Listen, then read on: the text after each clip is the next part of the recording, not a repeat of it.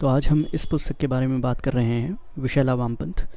Doctor Rajiv Mishra द्वारा लिखित यह पुस्तक है और मैं चाहता हूँ कि ये सभी लोग ये पुस्तक पढ़ें, क्योंकि इस पुस्तक में जो वामपंथ के बारे में जितनी सहजता के साथ डॉक्टर मिश्रा ने बताया है, मुझे नहीं लगता कि उतना सरलता से किसी ने वामपंथ को बताया होगा कभी भी।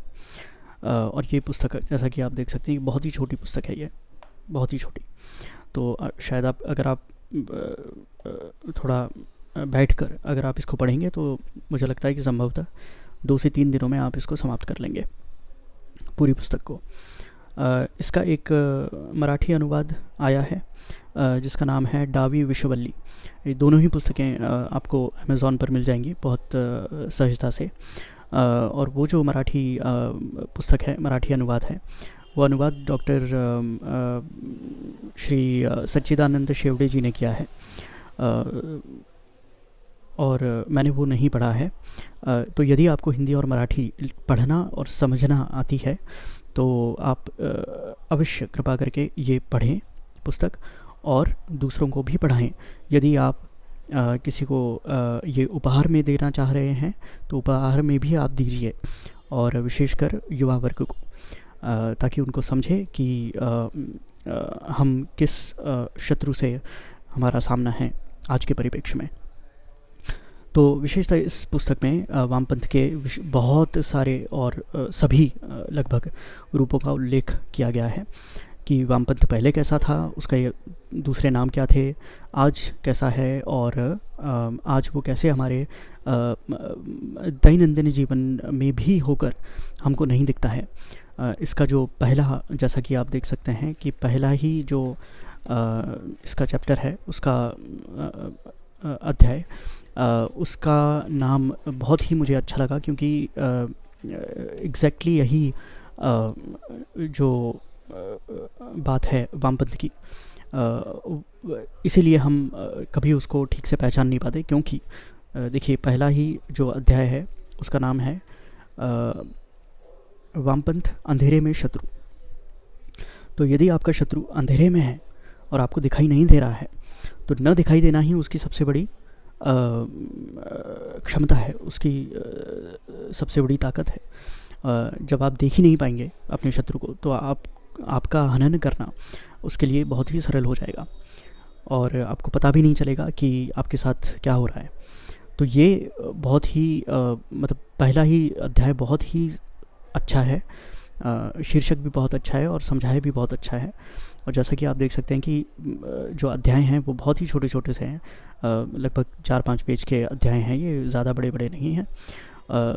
इसमें सभी कुछ उल्लेख किया गया है, इतिहास में वामपंथ कैसा था, वामपंथ का रूप कैसा था, कहाँ से आया है। सभी लोगों ने, मतलब भिन्न भिन्न सभ्यताओं ने वामपंथ को किस किस परिप्रेक्ष्य से देखा और कैसे उसे एक हथियार बनाकर उन लोगों पर, उन सभ्यताओं पर वार किया जो सभ्यताएं जीवंत सभ्यताएं हुआ करती थी एक समय में। और भारत में भी इसका पुरजोर प्रयोग किया गया एक समय में। आज भले ही हम ऐसा कह सकते हैं कि politically it's a irrelevant ideology, परंतु आपको अंदाज़ा भी नहीं है कि आप कितने सारी चीज़ों को आप देख रहे हैं, सुन रहे हैं अपने दैनंदिन जीवन में, और आपको पता भी नहीं चलता है कि उनका वामपंथ से कोई संबंध है भी। तो बहुत ही अच्छे से इस पूरी पुस्तक में इसको समझाया गया है। 56 अध्याय हैं इसके, और मैं चाहता हूँ कि सभी ये पुस्तक खरीदें और कीनें और पढ़ें। और इसका स्वाध्याय बहुत ही आवश्यक है, बहुत ही आवश्यक, क्योंकि इसमें कुछ बहुत ही कम लोग होते हैं, डॉक्टर राजीव मिश्रा जैसे, जिनके पास ये क्षमता होती है कि वो जो सोच रहे हैं उसे शब्दशः वैसा शब्दों में वो ढाल पाएँ। बहुत ही कम लोग होते हैं ऐसे। इनका आर्टिकुलेशन ज़बरदस्त है। कोई भी इसमें मिसअंडरस्टैंडिंग की कोई भी इसमें संभावना नहीं है। यदि आप पुस्तक नहीं पढ़ना चाहते हैं तो पहले तो मैं आपको यही सजेस्ट करूँगा कि अगर आप यूट्यूब पर डॉक्टर राजीव मिश्रा या विशाला वामपंथ ऐसा आप अगर खोजेंगे यूट्यूब पर तो आपको बहुत सारे उनके वीडियोस मिल जाएंगे जिसमें उन्होंने वामपंथ के बारे में ही बहुत सारी चर्चा की है। और उन चर्चाओं का अच्छा विषय यह है कि उनसे जो प्रश्न पूछे गए हैं ऑडियंस द्वारा, उनके उत्तर भी उन्होंने बहुत ही प्रिसाइज़ तरीके से दिए हैं, बहुत ही प्रिसाइज़ ढंग से दिए हैं। तो जो कि मुझे बहुत ही अच्छा लगा। मतलब मैं बहुत वर्ष हो गए अब कि राजीव मिश्रा जी को सुन रहा हूँ, पर आज भी मुझे बहुत मतलब आश्चर्य होता है कि कैसे वो अपनी बात इतने सहज ढंग से रख पाते हैं। अस्तु, तो देखिए जैसे यहाँ पे उन्होंने तो हर अध्याय में आपको इस प्रकार के कोट्स मिल जाएंगे जो कि बहुत ही अच्छा उपसंहार बोल सकते हैं आप उस अध्याय का।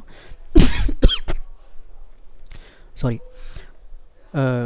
तो शासन उसका नहीं होता जो कुर्सी पर बैठा है, उसका होता है जिसकी बात वह कुर्सी पर बैठा आदमी सुनता है। कितनी सही बात है। सभी आजकल ये एक सिस्टम तो हमारा है जो कश्मीर फाइल्स में एक डायलॉग जो खलनायिका है वो कहती हैं कि सरकार भले ही उनकी हो पर सिस्टम तो हमारा है। तो यही बात यहाँ पे पुस्तक में लिखी हुई है। और दूसरी बात कि ये बहुत ही अच्छी बात यहाँ पे जो लिखी है उन्होंने, बहुत ही गूढ़, कि जिनके सिद्धांत समाज के स्थापित मूल्य हैं उन्हीं की सत्ता है। जिसके पास पॉलिटिकली करेक्ट की परिभाषा देने का अधिकार है वही सर्वशक्तिशाली है। तो पॉलिटिकल करेक्टनेस ये कैसे वामपंथ का के बहुत सारे शस्त्रों में से एक शस्त्र है, इसकी भी चर्चा राजीव जी ने इस पुस्तक में की है आगे।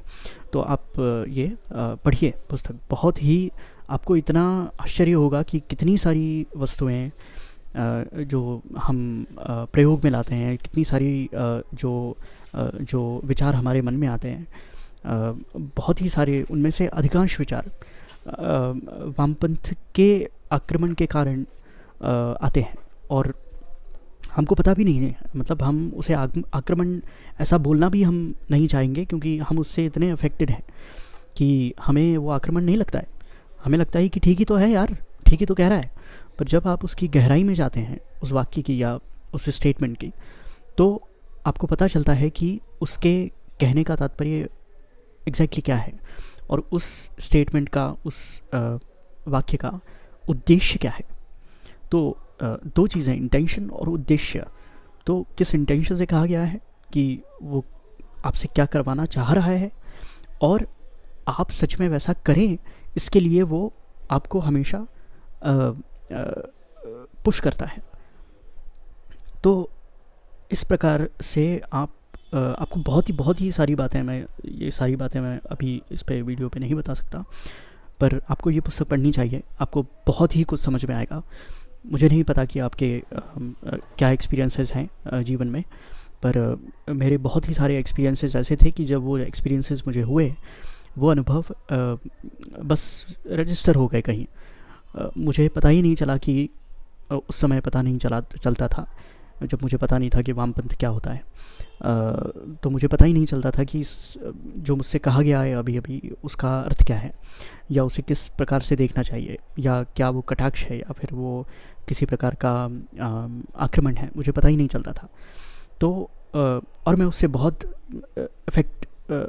अफेक्टेड था एक समय में। तो ये सारी चीज़ें हुई और उसके बाद फिर बहुत सारा स्वाध्याय करने के बाद राजीव जी का भी उसमें मैंने वीडियोस बहुत सारे देखे उनके। और बाद में फिर पता चला कि उन्होंने पुस्तक भी लिखी है विशाला वामपंथ, तो मैंने तुरंत उसको कीन लिया अमेज़ॉन से और उसको मैंने पढ़ा। तो सभी से अनुरोध है कि ये पुस्तक कृपया पढ़ें और पढ़ाएं और इस पर बैठकर विचार करें और चर्चा करें, क्योंकि ये ऐसा विषय है कि जो हम सभी को अफेक्ट कर रहा है और बहुत ही ख़तरनाक विषय है, बहुत ही हानिकारक हमारे जीवन के लिए। तो ये इस पुस्तक का रिव्यू नहीं था, पर रिव्यू जैसा ही कुछ मैंने करने का प्रयास किया है, पर मैं चाह रहा हूँ कि ये सभी पढ़ें प्लीज़। तो मैं लिंक दे रहा हूँ डिस्क्रिप्शन में दोनों संस्करणों के, मराठी और हिंदी। आप ये अमेज़ॉन से ख़रीद सकते हैं। धन्यवाद, नमस्कार।